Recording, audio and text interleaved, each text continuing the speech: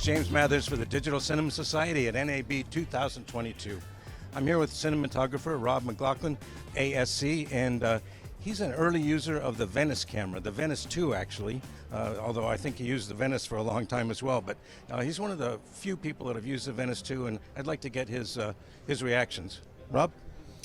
Yeah, I've been using the Venice 2. I've got two Venice 2s working on the new series, American Gigolo. We've been shooting with them for 12 weeks now, and needless to say, they're working great. But what continues to amaze us every day, every time we sort of try and stretch the limits or we run into something that's even more contrasty than before, it's been really knocking us out how great the camera is. And we are recording in 8.6K, OXN ST, and once we beefed up our hard drives, we found there was no issues with getting the guys off the clock at the end of the day and downloading all the data, because that was one thing the producers were worried about, but it hasn't been an issue at all. But what really is knocking us out is just how filmic and cinematic the camera is, and of course obviously having that shallow depth of field at your disposal, but also because of the speed of the camera, I'm also sometimes cranking it up and using super deep depth of field too. So you've got the camera gives you that, and the format gives you the shallow depth of field. They're two wonderful tools to have in your pocket all day, every day, regardless where you're shooting.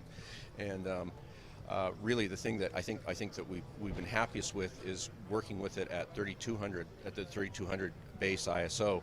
It's so clean, and it's downright. We're making like very painterly images. There's nothing digital about them at all, which was, always I think any cinematographer's concern when you're dealing with that kind of resolution. Well, I was very impressed with the demo film that you did for the Venice 2 and all the natural light that you did. There was many things you didn't light at all, it seemed like.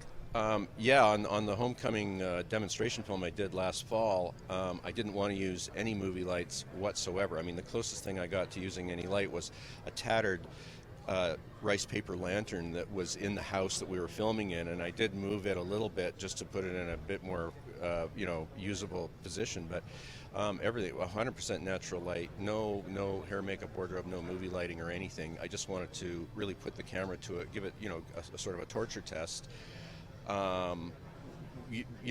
warts and all, but there weren't any warts. It just makes everything look better. In fact, repeatedly, the camera assistants will have it clamped on their mount on their carts when they're wheeling into the set, or when one of the cameras isn't in use, and it's just like pointing at some part of the stage or background or setting or something.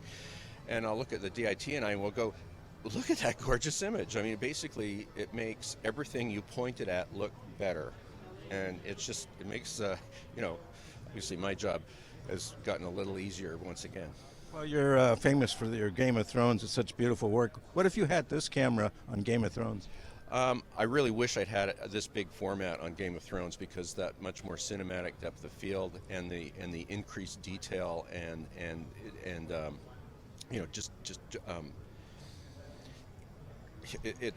it's almost an ineffable quality. But I just think that when you have that kind of three-dimensionality that you get with that kind of resolution, it's way more engaging to the audience, even if you're watching it on a small television set. And as it is, some of the stuff that we did do on that, even on 2K when it was blown up to 4K and presented on a huge screen, looked amazing. I mean, it would just be 10 times better if we shot it on Venice. And it's going to extend your day too, right? It would really extend your day, yeah. I mean, literally, I've been shooting in the middle of the night with almost nothing, like a distant street light lighting John Bernthal's face as he walks down Venice Beach, for instance.